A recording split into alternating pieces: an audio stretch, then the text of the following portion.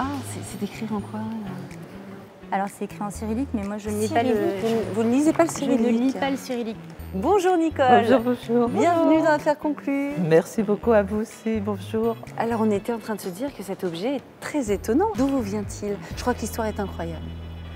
Alors, on va faire très très vite. J'ai connu mon premier amour au lycée, j'avais 17 ans. On a vécu en gros jusqu'à 25 ans ensemble et il voulait se marier. Moi je ne voulais pas, je voulais rester indépendante.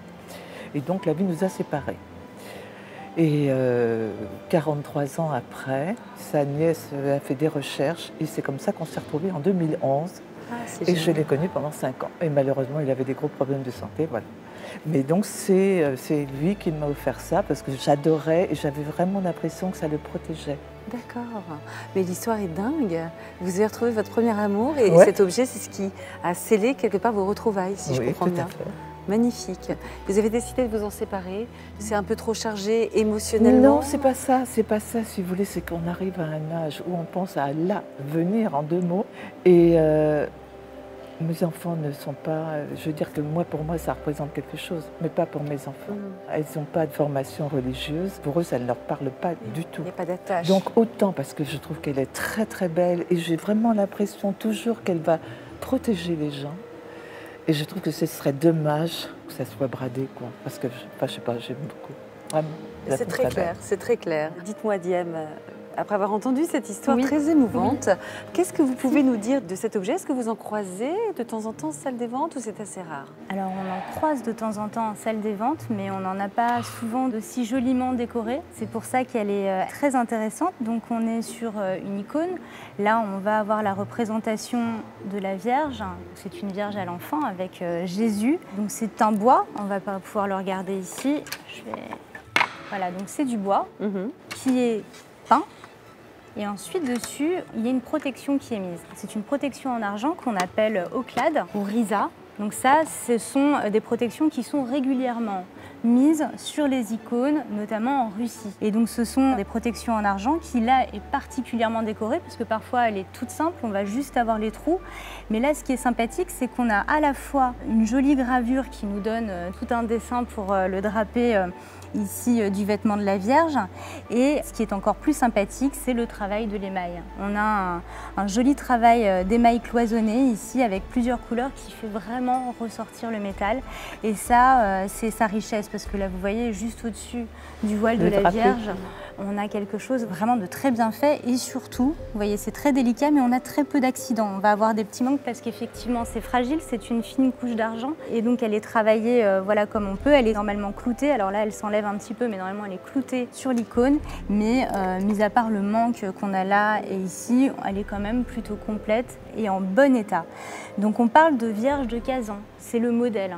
Parce que la Vierge de Kazan. Vierge de Kazan. D'accord. Le modèle, c'est la Vierge de Kazan parce que vous savez que les icônes, souvent, on a un modèle original, puis c'est copié, copié, copié, copié. Et puis ça nous permet de pouvoir adorer chez soi sa Vierge à la maison. Et l'histoire de la Vierge de Kazan, elle est particulièrement appréciée par les Russes. Alors l'histoire dit qu'elle aurait été peinte la première fois à Constantinople il y a très longtemps, qu'elle aurait disparu pendant les invasions tartares vers 1200 et qu'elle aurait été retrouvée à la période d'Ivan le Terrible vers 1552 suite à au songe en fait d'une jeune fille qui l'aurait vue en rêve et elle aurait été déterrée et on aurait pu la remettre dans le couvent de Kazan qui est à 800 km de Moscou. Donc après, elle a été a priori revolée en 1900. Néanmoins, elle a été beaucoup copiée. Et là, on est sur une production qui est justement vers 1900. Je crois que c'est beaucoup plus vieux que ça. Ah bon? Parce que Guy donc m'avait dit, si vous permettez, Bien sûr, je peux me allez-y. déplacer. Oui, bien sûr, allez-y. Si vous permettez. Attendez, Alors, pour que tout le monde voit bien, je vais vous donner l'objet, comme ça vous restez ici et on va alors, bien il faut soulever ça. Alors, on passe sur le bois. Il y a une inscription en vieux russe qu'on voit très peu. Ah. Ici, c'est du vieux russe, c'est calligraphié et c'est très ancien bien. parce que des contemporains n'arrivent pas à le déchiffrer. Ah, vous parlez d'ici? Non, à Non, gauche. non, là. Malheureusement, là... C'est très difficile à voir, Vous voulez une mais loupe? à mon avis, c'est même antérieur à avec une 1900. loupe, malheureusement, je ne saurais pas le... C'est très vieux, paraît-il. Alors nous, on ne voit même pas l'inscription. Malheureusement, je n'arrive pas à la lire. Néanmoins, moi, ce qui va me permettre de dater, c'est non pas l'icône en elle-même, c'est surtout le clade. Le travail. Non, parce qu'en fait, on a des poinçons. Ah oui, ça va nous aider. Ah, d'accord, ok. Oui.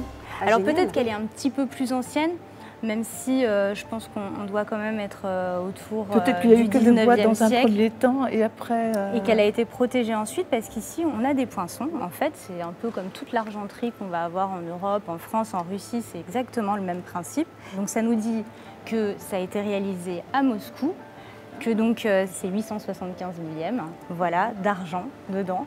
Et on aurait le maître orfèvre, alors c'est peut-être Simeon Galkin, donc ça c'est à vérifier, on le voit assez mal, mais ce serait donc un orfèvre qui a travaillé à Moscou autour de 1900, 1899, 1908.